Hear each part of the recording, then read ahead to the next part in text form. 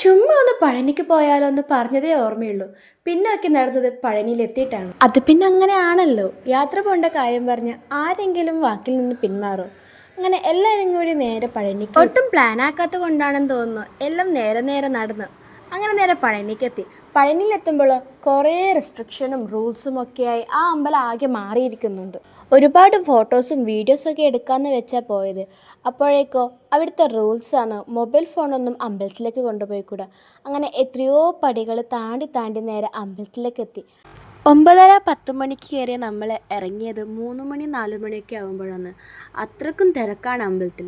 അങ്ങനെ നേരെ ചന്തയിലൊക്കെ പോയി കുറച്ച് ബാർഗിങ്ങൊക്കെ ചെയ്ത് കുറേ സാധനങ്ങളൊക്കെ വാങ്ങി റൂമിലേക്ക് പോയി.